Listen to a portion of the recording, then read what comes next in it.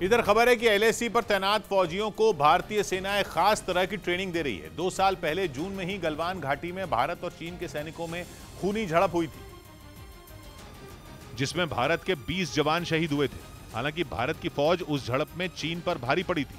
चीन ने अब तक कभी भी उस झड़प में मारे गए अपने सैनिकों का सही आंकड़ा नहीं बताया, लेकिन दावा यह है कि गलवान की झड़प में चीन के करीब 50 सैनिक मारे गए थे।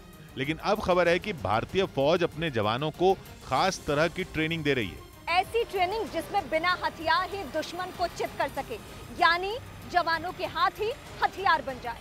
इसके लिए अनआर्म्ड कॉम्बैट एक्सरसाइज रखी गई है।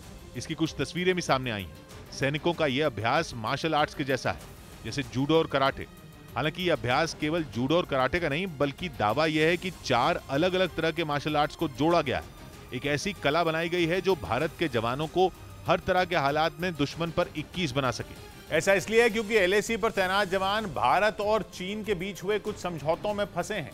ऐसे समझौते जिनकी वजह से सैनिक एक दूसरे पर हथियारों का इस्तेमाल नहीं कर सकते। इसीलिए कंधे पर राइफल होने के बावजूद गलवान घाटी में भारतीय फौजी चीन के सैनिकों पर गोली नहीं चला पाए थे।